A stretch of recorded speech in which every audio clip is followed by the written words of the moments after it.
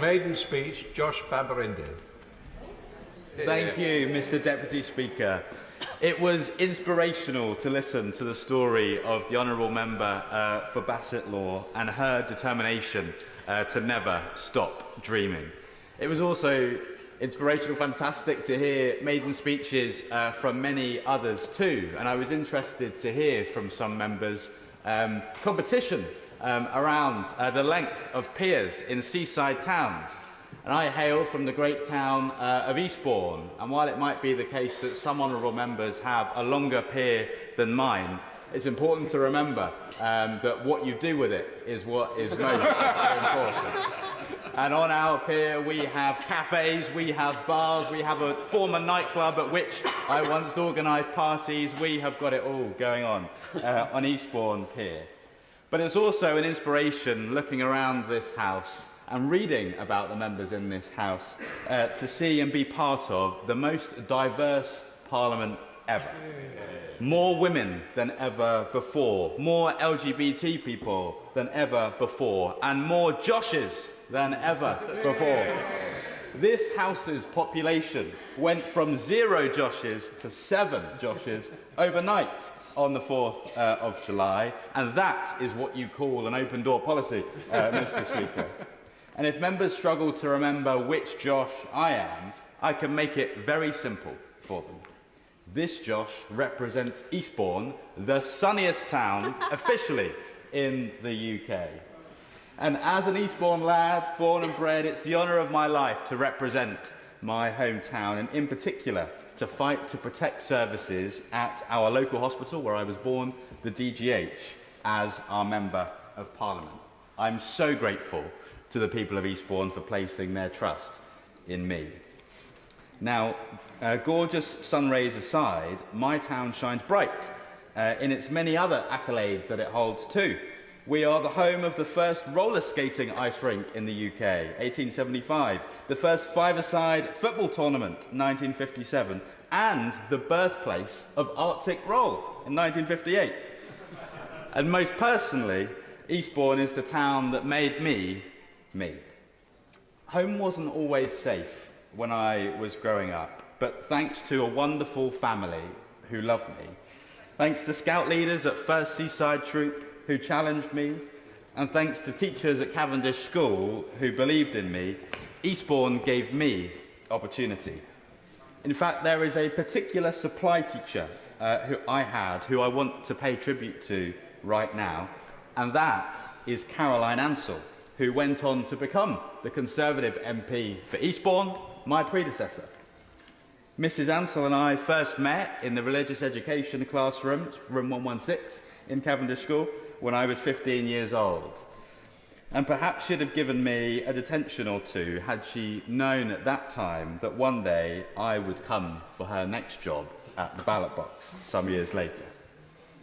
But seriously, Caroline dedicated herself to Eastbourne, and I want to put my recognition of her commitment on the record. I'd also like to pay tribute to another predecessor, Stephen Lloyd, my good friend, whose service to our town inspires my own, a complete and utter legend. There's another predecessor as the Member of Parliament for Eastbourne whose memory this House can and must never forget, and that is of Ian Gow, who served from 1974 until he was appallingly assassinated in 1990.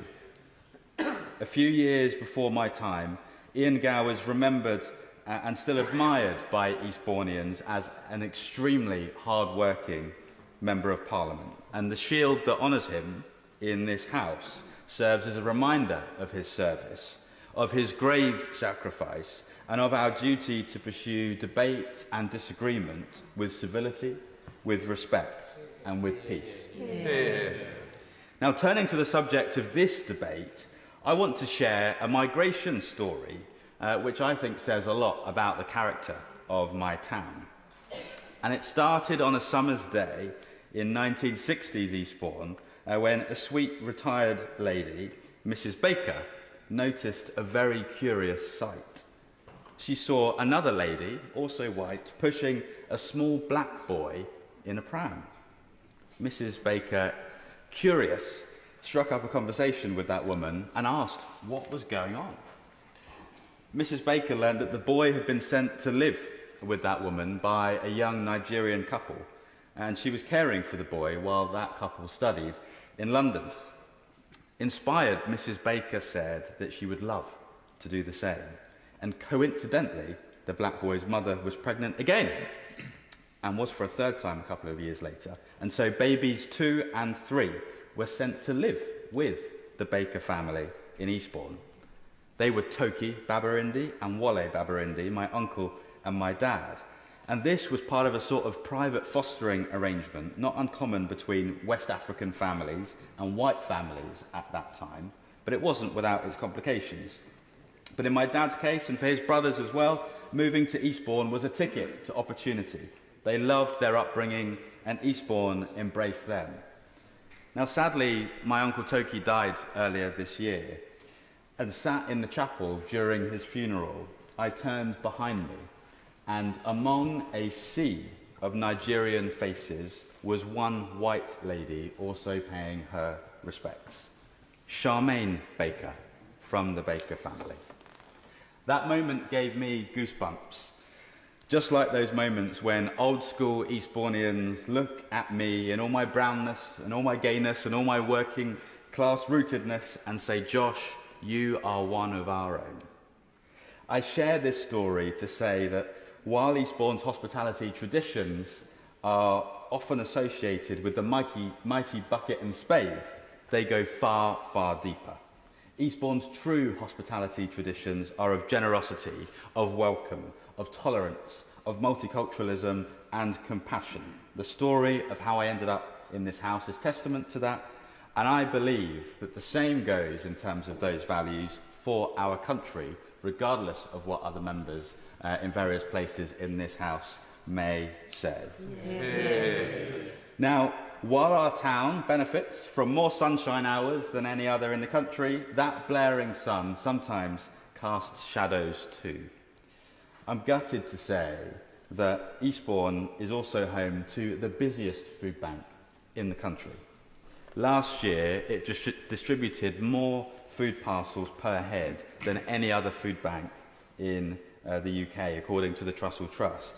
And that's why, working with Eastbourne Food Bank's inspirational CEO, Howard Wardle, I led Eastbourne to become the first place in the country to declare a cost of living emergency from the council and to unlock emergency funding for those who are struggling most.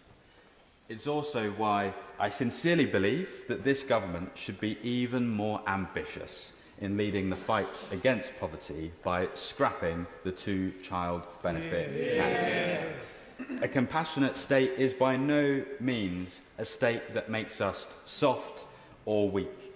In fact, care is power.